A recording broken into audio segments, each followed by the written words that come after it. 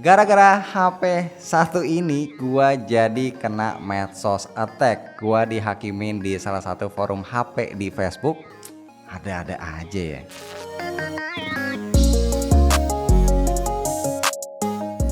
Bismillah, alhamdulillah kita ketemu lagi bareng gua Romi. Sebelumnya gua pernah bikin video reaction pas launching Xperia One Mark V. Di situ gua bilang kalau HP Sony yang pakai chipset flagship Snapdragon rata-rata suka overheat. Ini benar apa adanya berdasarkan pengalaman pribadi ya. Terus tahu-tahu ada satu oknum dia screenshot video gua di post di forum Xperia di Facebook dan menggiring opini seolah-olah yang gua bilang overheat adalah Xperia One Mark V. Padahal sekali lagi yang gue bilang suka overheat adalah in general HP Xperia dengan chipset flagship Snapdragon, bukan spesifik nyebut Xperia One Mark V. Tapi ya nggak apa-apa, pada akhirnya gue berterima kasih kepada orang tersebut karena gue jadi tertarik lagi buat nyikat Xperia One Mark V ini. Walaupun kita tahu ya harganya ini nggak murah. Gua cek di Tokopedia udah ready di Gondray Store, udah include bayar pajak, jadinya emailnya aman seumur hidup. Pokoknya kalau mau jajan gadget langsung gas aja di Tokopedia, jajan minimal 20.000 itu udah bisa bebas ongkir. HP ini jadi wujud totalitas Sony dalam mendukung sustainability, yaitu menjaga kelestarian bumi, katanya sih gitu ya. Packaging HP-nya mereka bikin dari bahan daur ulang kayak gabus, mereka juga nggak nyertain kabel, casan, casing, SIM ejector itu nggak ada. Jadi cuma ada unit HP-nya sama kertas-kertas stok, udah itu aja. Ya udahlah ya, soal casan sama kabel gua rasa kita semua udah pada punya merek third party. Paling ya casing sama anti gores aja yang agak PR karena ya sebenarnya ada yang jual cuman nggak banyak. Secara desain, form factornya ini masih belum berubah banyak dari Xperia One generasi yang awal, jadi bisa dibilang minim inovasi lah. Tapi kalau boleh jujur, desain begini justru long term, panjang umur, maksudnya udah 5 generasi gitu-gitu aja, tapi kok ya masih enak dilihat, gagah, ganteng ya. Yang di refresh paling pilihan warnanya aja ya, sama di backdoornya sekarang ada teksturnya nih, jadi nggak licin. Sama mata sih ini nggak terlalu kelihatan, baru berasa kalau dipegang langsung. IP rating 68 pastinya masih ada, jack audio juga ada. Kalau pelindungnya dia pakai Victus 1 di backdoor sama Victus 2 di layar. Intinya feel megang HP ini masih sama, nggak banyak berubah dibanding seri sebelumnya. Begitupun layarnya masih dengan panel OLED 4K 120Hz yang jadi salah satu terbaik di kelas smartphone. Walaupun sebenarnya bisa dibilang agak mubazir ya pakai resolusi 4K di HP. Mata kita itu bakal lupa atau nggak ngeh. 2K atau QHD aja sebenarnya udah bagus banget buat HP. Resolusi 4K-nya ini efektif, bisa dipakai di YouTube lengkap dengan opsi HDR dan bisa 120Hz juga. Sedangkan kalau di Netflix ini sayang banget ya, nggak tahu kenapa cuma bisa Full HD dan HDR-nya nggak aktif.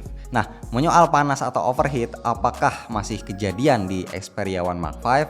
Alhamdulillahnya udah enggak, udah aman sekarang. Soalnya dia kan pakai Snapdragon 8 Gen 2 yang terkenal adem dan efisien.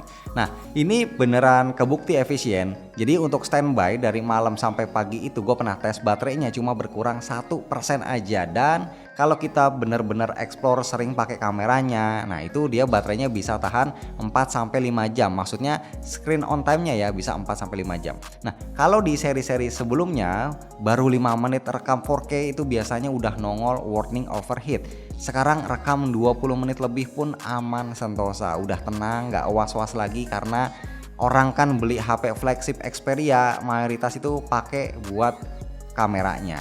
Dan tahun ini lewat Xperia One Mark V, Sony seolah kayak tersentil gitu ya, udah tersadar kalau selama ini mereka terlalu egois, nggak ngeliat atau ngikutin tren pasar, terlalu fokus nyediain fitur di mode Pro, padahal kebanyakan orang yang pakai HP itu butuh yang praktis. So sekarang hasil foto dengan mode autonya udah lebih enak dilihat, mau adu dynamic range oke, mau diajak motret low light juga ayo, nggak perlu lagi ribet mainin settingan manual. Mode autonya udah better walaupun bukan yang the best tapi udah improve. Diajak motret bershot juga, ya udah jelas ya Sony salah satu jagonya dari dulu.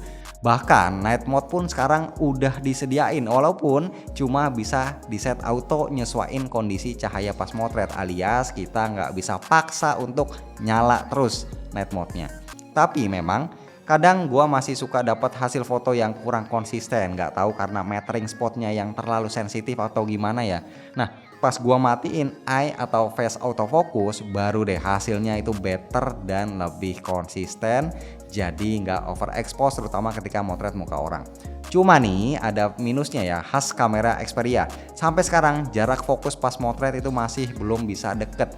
Jadi kalau motret dari jarak di bawah 10 cm itu langsung rabun fokusnya. Next, kalau motret atau rekam video pakai aplikasi kamera atau Video Pro, nah sekarang interface-nya udah bisa portrait. Kalau dulu kan kocak ya, cuma bisa landscape aja.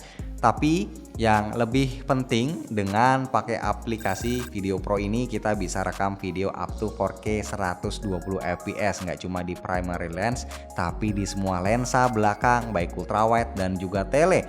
Luar biasa banget, sementara kamera depannya bisa up to 4K 60 fps.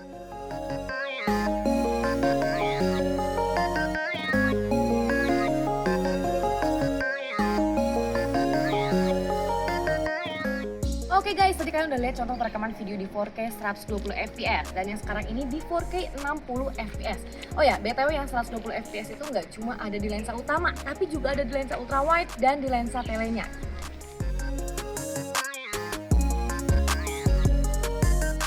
Oke guys, kalau yang sekarang ini lagi di kamera depannya, itu dia resolusinya mentok di 4K 60 fps. Keren ya?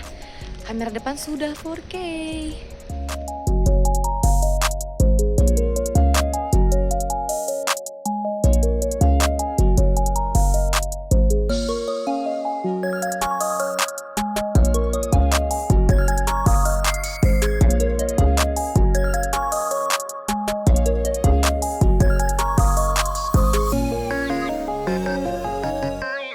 Ya, oke. Sebenarnya rencananya nanti kami masih akan bikin mungkin 1 atau 2 video tentang Xperia One Mark V ini. Pengen explore kameranya sih ya buat hunting yang asik-asik dan mungkin yang sinematik. Jadi berdoa aja semoga bisa terlaksana dalam waktu dekat. Amin. Dan buat kalian yang mungkin kepo sama harganya, seperti biasa gua udah taruh di deskripsi. Yang penting jangan kaget lihat harganya.